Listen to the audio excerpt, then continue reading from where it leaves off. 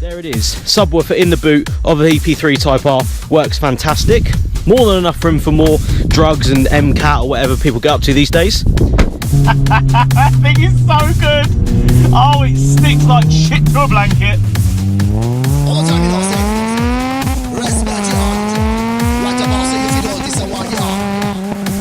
Right, what's up guys? So today you join me from the driver's seat of a 2002 Honda Civic Type R EP3. I wanted to grab this car because Corey, the owner, bought it when he was 18 years old.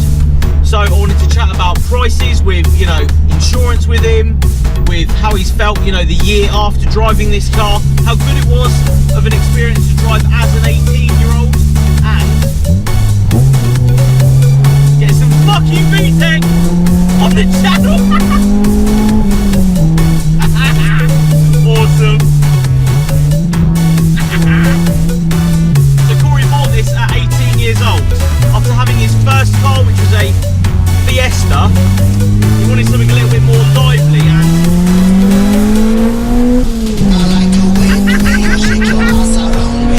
oh yeah! I love a good bit of VTEC. Always just kicks me that you can have this much fun for next to no money. It just gets me every time. So at 17 years old he bought his first car, which was a Fiesta. Good little first car to have, don't get me wrong, good car, but he always lusted for an EP3.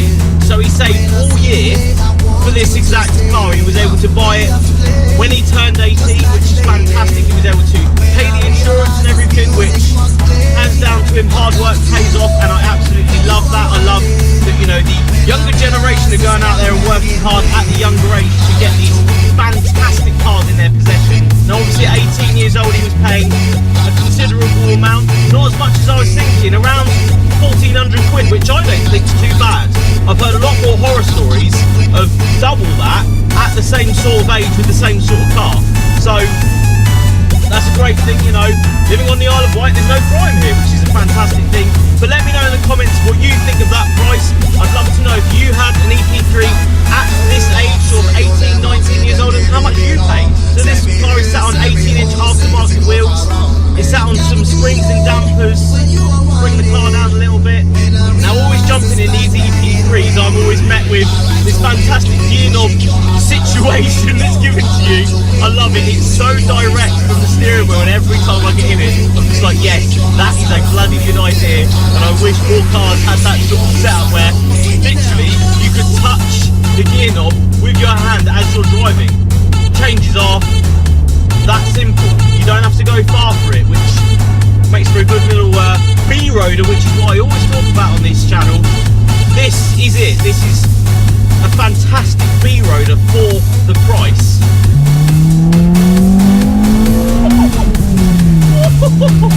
She fucking loves it.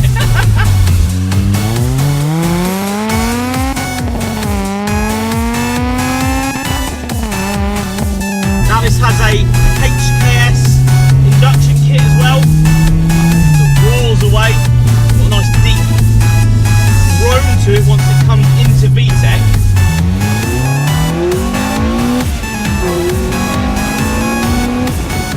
The springs and dampers have stiffened the car up enough so you can chuck sort of any for your fancy.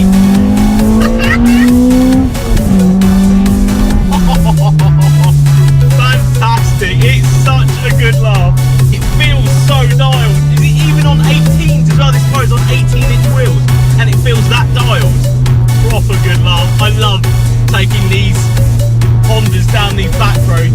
Just makes having one of these worthwhile. It really does. Just this bit of road. So just as Corey's come back from work and taking it down this beautiful road, just fucking hurts it the whole way home. Now obviously when you're young, you don't have that much money to play with, especially if you're paying a lot for insurance and a lot for the car to start with. You pay it outright. So if you're going to do anything, just put an exhaust and air filter on it. That's all these cars need. Let's just talk about the price of these. They're nothing. You can get a cheap high mileage if you want to. You know, some enthusiasts would have owned it at some point, but don't get me wrong, someone would have abused it at some point. But you can get them sub £2 now, which is insane money. You can have this much fun for that little price tag. So here we are, EP3 Type R in the background. Lovely summer's evening, a bit of B-road bashing on the way here. So let's have a look around this Honda Civic EP3 Type R. Now, obviously, the previous EP3 I've done on the channel was a lot more modified than this one, and I think if you're 18 years old, you know, 17 years old, 19, whatever, if you're, you know, below 20, this is probably the car that you're looking at. You're only really looking at sort of air intake mod, exhaust mod, maybe a bit of lowering here and there, but nothing more than that. You know, the splitters are expensive, the exhausts are expensive, you know, the proper ones, let's say. The big spoilers are expensive, you know. So I think this is a good buyer's guide, I would say, to, you know, a younger, you know, less expensive sort of version of what I've already driven. Now, starting with styling wise, I think that these are very contemporary looking. Although this is a 2002 model, it still looks really good for its age, and I think, you know, they are going to age pretty well, these. This one is sat on springs and shocks, lowered it a little bit on the 18-inch wheels, 215/35s all round. Not expensive either. This is a cheap modification you're looking at right here. This is not an expensive suspension and wheel setup on this car. Coming around the side, you've got obviously your Type R logo down there, Type R logo on the back to let everyone know she's a Type R. You've got the Skunk 2 stainless steel exhaust system, hangs quite low on this car, but the car itself is quite low, so that's something to note. The Skunk 2 exhaust systems on these are relatively lower than others that I've driven. You'd obviously drive it knowing that was that low. Coming around the back into the boot, and as you can see, there is already a subwoofer in the car. This is sub 20-year-old territory, and look how much space he's got with the subwoofer, with the amp on the back of the seat there. More than enough room for more activities, you know, girls at nightclubs or whatever you young kids do these days. There it is, subwoofer in the boot of the EP3 Type R, works fantastic. More than enough room for more drugs and MCAT or whatever people get up to these days. Jumping inside, you're met with a good looking interior, very Japanese styled interior, white dials, loving the steering wheel, and these always have the red stitching round, really sort of goes with the car. You've got these fantastic seats, which obviously I've driven a lot of cars that have these seats in them that shouldn't have them as standard, and that says a lot about how good these seats are and how cheap you can pick them up really as well. And obviously you've got that fantastic gear knob, steering wheel combo. The position of the gear knob with the, you know, size of the steering wheel, absolutely perfect for the B-road bashing. More than enough cubby holes all round for you to, you know, hide whatever you fancy from your parents. And you've got more than enough room in the back seat for things that you want to do with other people in the back seat when you are that sort of age.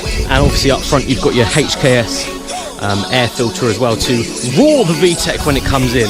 And as you come onto Auto Trader here, you'll see that, you know, you're able to buy these. You're looking at, you know, this sort of price, you know, £2,000 you can buy them for, 100,000 miles, and then going down, you know, 118, 95 for that one there. That's good, and it's white, which is even more JDM points. So yeah, I think overall, if you can afford the insurance on it, the cars are readily available. 2,500, 2,000 for a really shit one. 3,000 for, you know, a really good one, and then £5,000 for, you know, the newer shape facelift. But obviously, price, you know, if you've only got £2,000 in your back pocket and you want your second car at 18 and you're able to insure it for, you know, 1,500 quid, say, there is your car. That's what I would buy. And if I, at 18, would have jumped in that, I'd have gone and bought one because I think they're that good. It really is an all-round perfect package for someone at that sort of age. Also, I think, you know, at 18 years old, if I was to jump in one of these, I would have been ecstatic to use it in the way that these should be used, which is on the limiter, going through a B road, having it large.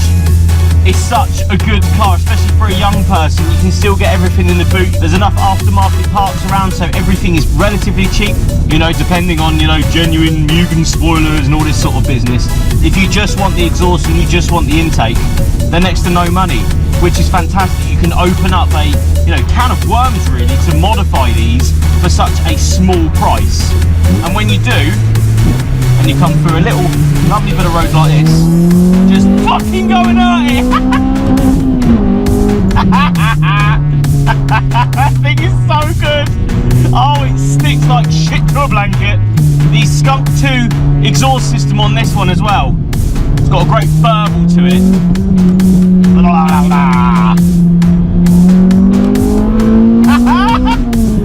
So good. You think, you know, if you can get these for the, you know, price they are, and you can get them cheap enough, go and find a good place to get insured. That's the main thing. Do you know, the trouble is I never got into one of these until my 20s, you know, 24, 25, and I missed out really, because if I was 18 and I'd have jumped in one of these and I knew that I could insure it and I knew I could afford the petrol, the tax, you know, all that sort of good stuff, and then I saw how much these were to buy these days, I would have been made up. I would have been like, yep, I'll buy one.